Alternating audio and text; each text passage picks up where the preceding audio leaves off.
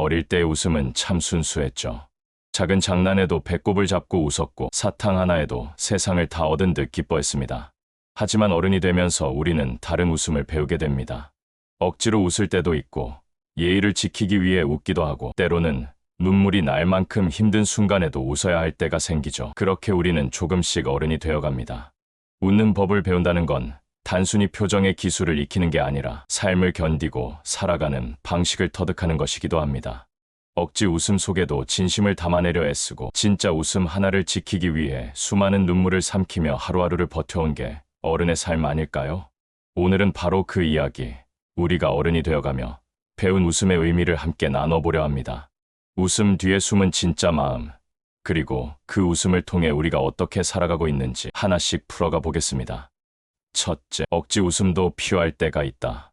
어른이 되고 나면 마음과는 달리 웃어야 할 순간들이 찾아옵니다. 상사 앞에서 속은 답답해도 웃어야 하는 자리, 친구의 이야기에 공감하지 못해도 분위기를 맞추느라 웃을 때, 또는 가족에게 걱정을 주고 싶지 않아 일부러 웃어 보일 때가 있죠. 이런 억지 웃음은 때로 우리를 지치게 만들지만 동시에 관계를 지켜주는 최소한의 다리이기도 합니다. 바람직한 방법은 억지 웃음 속에서도 스스로를 위로하는 마음을 잃지 않는 거예요. 억지라도 웃어낸 자신을 잘 버텼다고 다독여주면 그 웃음은 단순한 가식이 아니라 삶을 이어가는 힘으로 변합니다. 둘째, 진짜 웃음은 작은 순간에서 온다. 어른이 되면 큰 성취보다도 작은 일에서 웃음이 나옵니다. 힘든 하루 끝에 집에서 먹는 따뜻한 라면, 예상치 못한 타이밍에 들려온 친구의 연락, 길가에서 본 아이의 천진한 웃음 같은 순간들이죠. 바람직한 방법은 작은 것에 웃을 수 있는 마음을 키우는 겁니다. 거창한 일이 아니어도 하루에 한 번은 웃을 거리를 찾아보는 습관. 그렇게 작은 웃음 하나가 쌓여 삶을 견디는 힘이 됩니다. 셋째, 웃음 뒤에는 눈물이 숨어 있다. 어른의 웃음에는 눈물이 함께합니다. 이별을 겪은 후에도 억지로 웃으며 괜찮다라고 말할 때 속은 텅 비었지만 아이들 앞에서는 힘내는 표정을 지을 때 누군가에게 미안해서 울고 싶지만 웃으며 넘어가는 순간들이 있죠. 바람직한 방법은 웃음 속에 있는 눈물을 부끄러워하지 않는 겁니다. 오히려 그것이 진짜 어른의 용기입니다. 울음을 삼키며 지킨 웃음은 삶의 무게를 버틸 수 있는 강함으로 변합니다. 넷째, 남을 위한 웃음이 나를 지키기도 한다. 때로는 누군가를 위해 웃어야 할 때가 있습니다. 친구가 힘들어할 때 괜찮아 하며 웃어주는 것, 부모님이 걱정할까봐 씩씩하게 웃는 것, 혹은 직장에서 동료들을 안심시키기 위해 웃는 순간들. 이런 웃음은 남을 위해 지어 보이지만 결국 나를 지켜주기도 합니다. 바람직한 방법은 웃음을 가면이 아니라 응원으로 생각하는 겁니다. 그 순간의 웃음이 상대방을 살리고 동시에 나도 버틸 수 있는 힘을 줍니다. 다섯째, 웃음은 마음의 온도를 지켜준다. 어른이 되면 차가운 현실에 자주 부딪히죠. 하지만 그 안에서 웃음을 잃지 않는 사람은 마음의 온도를 따뜻하게 유지하는 사람입니다. 힘든 하루를 보내도 농담 한마디로 분위기를 바꿀 줄 알고 지쳐있는 동료에게 작은 미소 하나로 위로를 건넬 수 있는 사람. 바람직한 방법은 하루에 한 번은 스스로 미소 지을 거리를 찾아내는 겁니다.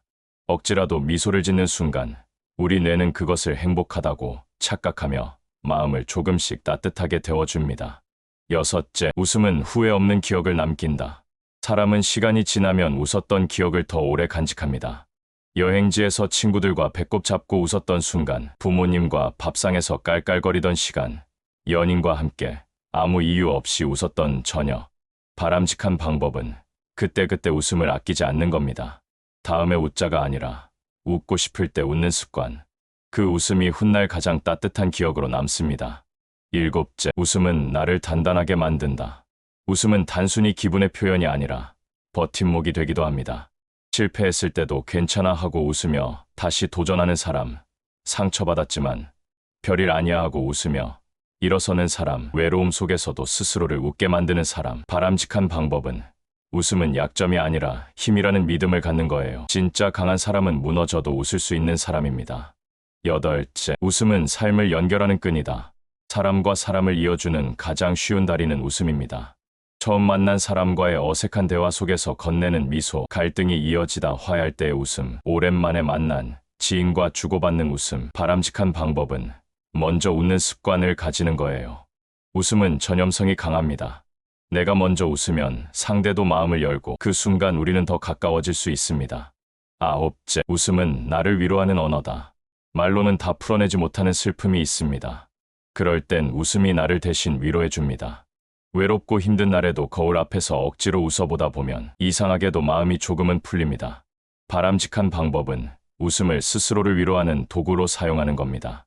누군가에게 보여주기 위한 웃음이 아니라 나 자신에게 보내는 따뜻한 미소, 그것만으로도 삶은 한결 가벼워집니다.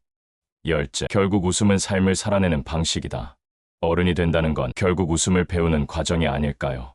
억지로라도 웃고, 진심으로도 웃고, 때론 눈물 속에서도 웃으며, 그렇게 우리는 오늘을 버팁니다. 바람직한 방법은 웃음을 삶의 마지막 무기로 삼는 겁니다. 아무리 힘들어도 웃음을 잃지 않는다면 우리는 어떤 순간도 이겨낼 수 있습니다. 오늘은 그렇게 어른이 되었다. 웃는 법을 배운 채라는 주제로 함께 이야기 나눴습니다. 어른이 된다는 건 단순히 나이를 먹는 게 아니라 웃음을 통해 삶을 견디고 살아내는 법을 배워가는 과정입니다. 억지 웃음 속에서 버티는 용기, 작은 순간에도 웃을 수 있는 마음, 그리고 눈물 속에서도 잃지 않는 웃음, 그것이 우리가 어른이 되어가는 또 하나의 모습입니다. 오늘 영상이 마음에 와 닿으셨다면 구독과 좋아요, 알림 설정 꼭 부탁드립니다. 오늘 영상도 함께 해주셔서 감사합니다. 앞으로도 좋은 이야기로 찾아뵙겠습니다. 건강하고 평온한 하루 되세요.